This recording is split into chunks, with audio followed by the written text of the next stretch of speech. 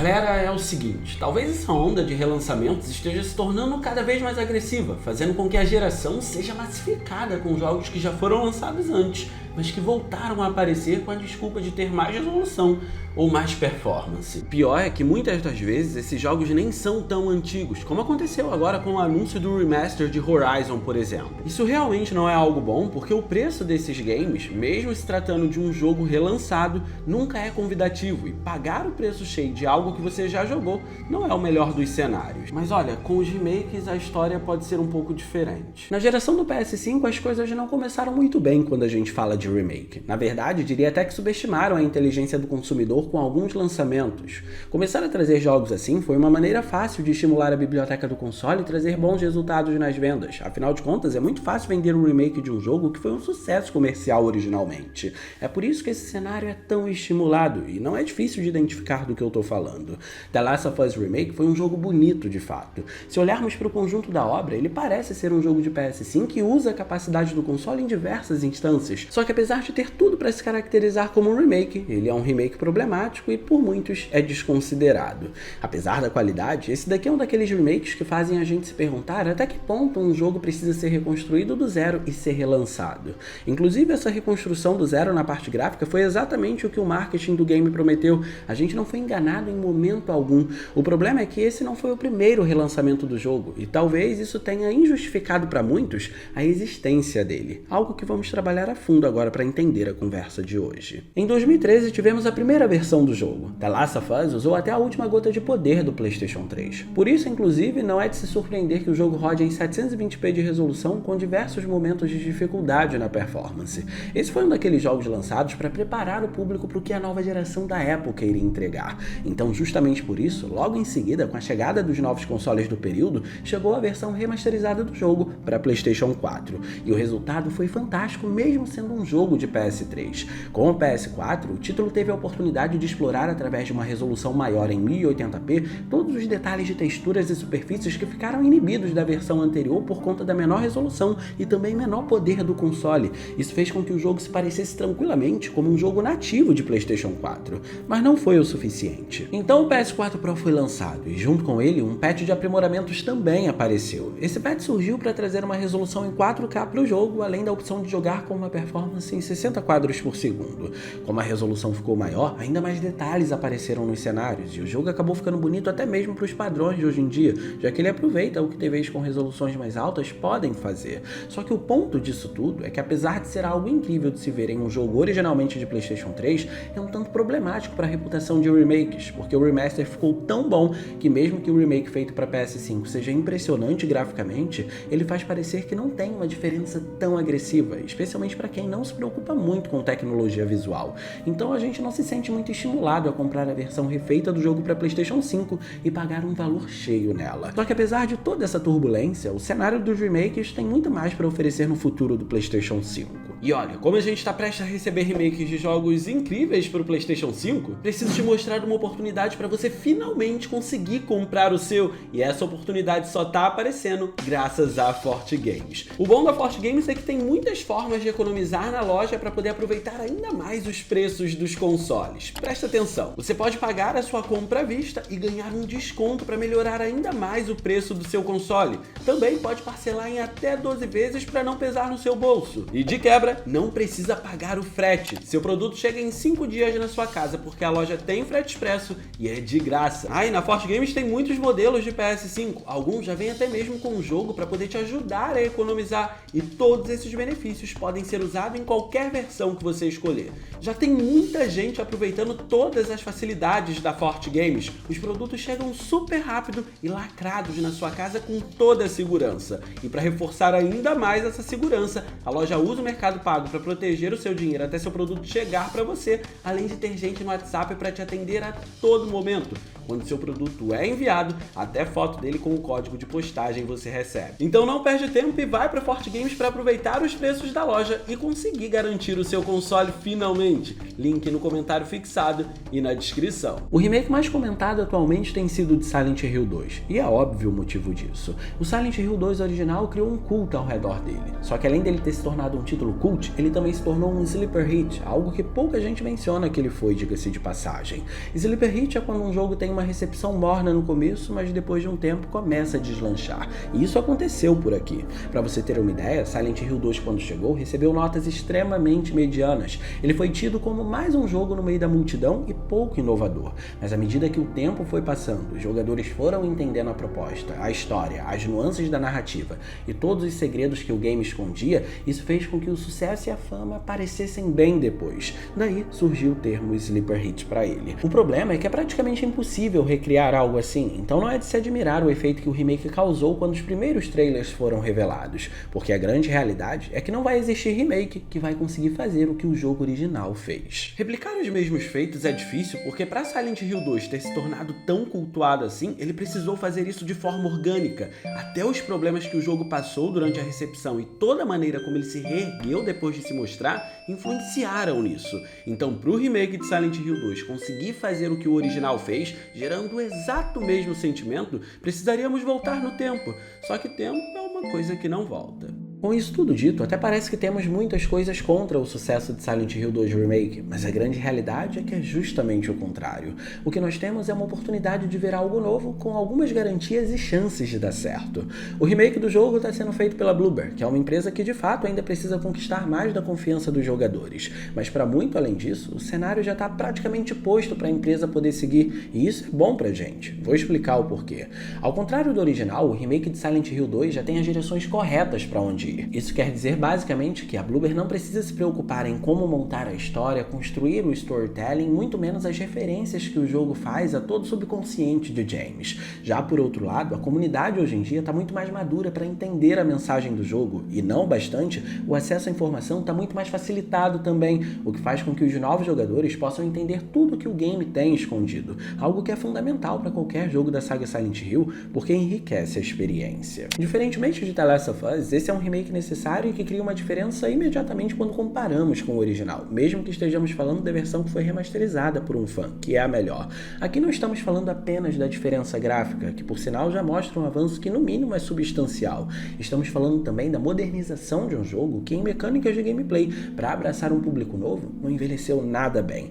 É óbvio que para quem jogou desde os antigos como eu, a jogabilidade e as mecânicas de progressão do game original não são um problema, mas porque não são um problema para mim, não quer dizer que não sejam um problema para outras pessoas ou para se enquadrar dentro dos padrões que encontramos hoje em dia. Ou seja, temos chances de receber algo incrível com a tecnologia atual, porque no PS2 foi algo incrível também. A base do jogo está totalmente instalada porque o jogo original em si já é muito bom e todas as tecnologias atuais estão aí para poder melhorar toda a experiência. E tudo que a gente precisa nessa geração, felizmente ou não, é de jogos que tenham alguma garantia de que vão ser bons, mesmo que essa garantia venha do PS2, porque os preços não estão nada acessíveis e a gente, enquanto consumidor, precisa ser muito assertivo para não desperdiçar dinheiro.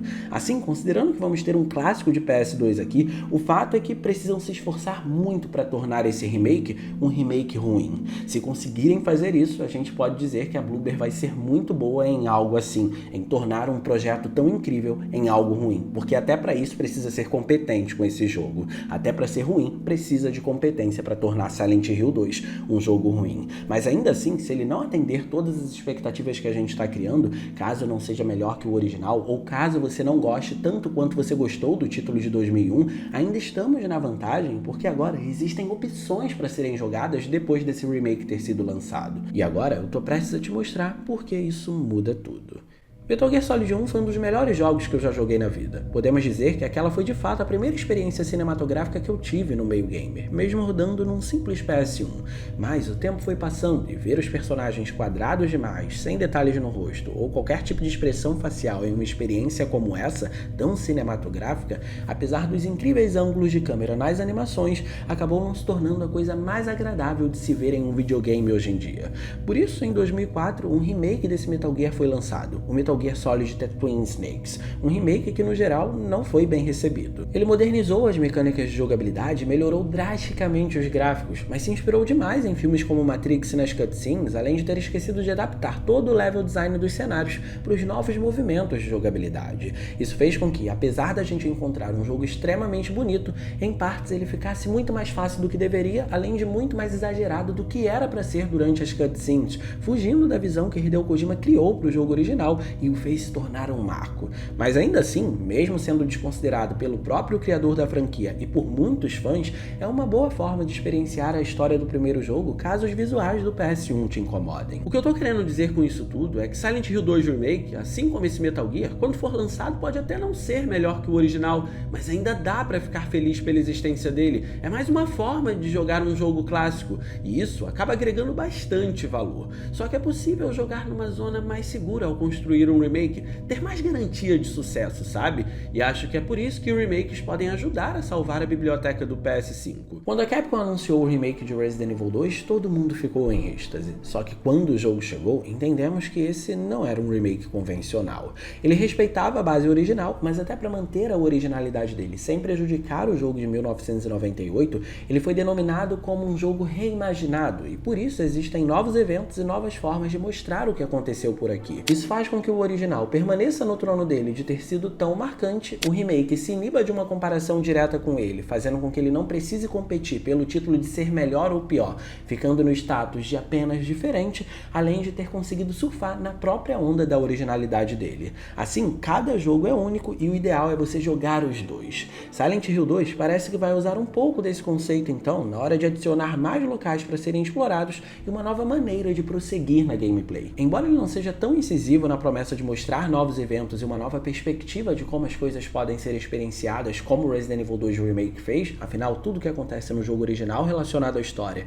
já foi prometido que vai ser mantido por aqui, ao contrário de como Resident Evil se apresentou nesse sentido, ainda dá para dizer que podemos esperar por novidades, por uma nova forma de experienciar o que Silent Hill 2 tem para poder oferecer pra gente, o que vai valorizar provavelmente tanto o remake como também o jogo original para quem não quiser jogar a nova versão do game. Mas claro, existem remakes que querem ser mais literais para diminuir as chances de fracasso, e é isso que acontece com o remake de Metal Gear Solid 3. Esse é um remake que, apesar de trazer melhorias na jogabilidade, vai enfatizar a atualização visual. Vamos ter literalmente o mesmo jogo de 2005, só que com gráficos atuais. A diferença é que para esse remake fazer isso, ele precisou ter um jogo original muito mais avançado para poder se basear, ao contrário de Silent Hill 2. É uma forma de usar o poder da nova geração apenas onde é conveniente, e é fácil de entender isso. O Metal Gear Solid 3 original foi um jogo muito à frente do tempo dele. Snake passava no meio da grama e ela se espalhava dinamicamente. Qual jogo de PS2 fazia isso?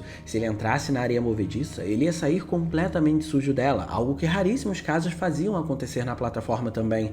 E na hora de explorar as florestas, você percebia que os raios de luz invadiam as árvores e diversas sombras das folhas apareciam no chão. Isso era algo difícil de renderizar naquele período. Então, o jogo base sempre foi surpreendente, e isso de fato facilita a vida de quem quer fazer um remake de forma tão literal, porque era um jogo que era à frente do seu tempo. Mas o que gerou a maior tranquilidade para fazer um remake com essa forma literal foram as cutscenes do game. Todos os ângulos de câmera e toda a movimentação dos personagens nessas animações foram tão à frente do seu tempo que o remake vai poder usar isso sem o menor problema. Não vai datar a experiência. Ao que tudo indica, as expressões faciais vão ser melhoradas, obviamente, mas o conjunto de movimentos dos personagens e os ângulos de câmeras usados nas animações vão ser mantidos, fazendo o jogo adaptar apenas os gráficos dele para os padrões atuais. Já para gameplay, o original ter construído uma floresta tão complexa para o padrão do PS2 foi importante porque a Unreal Engine 5, apenas implementando recursos visuais atuais, faz parecer que esse é um jogo que nasceu no PlayStation 5, quando na verdade ele nasceu no PlayStation 2. Não precisaram mexer em nada da estrutura para poder impressionar graficamente, pelo menos de acordo com o que a gente está vendo através desses trailers. Só atualizar os visuais para isso já foi o suficiente. Digo, o level design, como tudo foi estruturado, consegue se comportar bem apenas com atualização gráfica, então isso facilita o trabalho na hora de trazer um remake literal, como é a ideia desse remake do Metal Gear Solid 3. E nesse caso, manter essa originalidade e atualizar apenas os gráficos é importante por dois motivos. Em um caso, dá ainda mais garantia de qualidade porque a gente sabe que tudo que o jogo original tem de bom vai ser trazido para o padrão atual. E como no PS2 a experiência já estava muito à frente, nem mesmo os novos jogadores vão se incomodar com isso, quiçá vão perceber que esse foi um jogo lançado originalmente para o PlayStation 2. Já no outro caso, esse é um título de Hideo Kojima. Qualquer coisa que fuja da maneira como ele construiu, como aconteceu com o remake do primeiro jogo, pode não fazer muito sentido no resultado final e deturpar a experiência. Isso acontece quando temos criadores muito únicos na indústria e que fazem jogos muito mais porque amam o que fazem do que porque querem vender o produto final. Em cada frame desse jogo, a gente encontra um respiro de Kojima, e quem Quem é fã do trabalho dele e sabe da paixão que ele tem por filmes, sabe exatamente do que eu tô falando. Então, nesse momento, você pode estar se perguntando se esse também não seria o ideal de ser feito com Silent Hill 2, trazer um remake mais literal de um jogo tão cultuado. E de fato seria. Teríamos mais garantia de que o jogo seria um sucesso porque não alterariam muitas coisas. Mas a grande realidade é que, ao contrário de Metal Gear Solid 3, esse jogo não envelheceu bem nesses aspectos que nós mencionamos. Só uma atualização gráfica não seria o suficiente. E no fim, temos novas formas e tecnologias hoje em dia de criar ambientes claustrofóbicos também. Atualizar Silent Hill 2 pode ser bom para ele. Então, se a indústria quer começar a trazer remakes porque eles são uma garantia de dinheiro fácil, que sejam remakes de jogos que precisam e merecem ser refeitos, e não jogos de 1 ou 2 gerações atrás, como aconteceu com The Last of Us. Porque geralmente esses jogos envelheceram bem, acabam dando muito menos trabalho para poder serem recriados, e até por conta disso não justificam um novo valor em preço cheio. Mas eu quero saber a sua opinião sobre esse cenário todo. O que você acha dos remakes hoje em dia? Na minha opinião, os remakes dos jogos antigos podem sim ajudar a construir uma boa biblioteca para o PS5, e é isso que ele está precisando hoje em dia. E a gente sabe que os jogos antigos têm muito potencial e não se tornaram clássicos à toa. Eles se tornaram clássicos porque eles têm muita qualidade. Mas agora eu quero saber a sua opinião sobre esse assunto todo. E no mais, eu vou ficando por aqui. Eu espero muito que vocês tenham gostado desse vídeo. Se vocês gostaram, não se esqueçam de clicar no gostei, porque isso ajuda pra caramba. De quebra você faz a boa ação do dia e se inscreve no canal ativando o sininho das notificações para não perder os vídeos que a gente postar por aqui. Minhas redes sociais vão estar aparecendo aí. Se vocês quiserem trocar uma ideia, sou todo ouvidos. Era isso, um grande abraço e a gente vai se ver na próxima.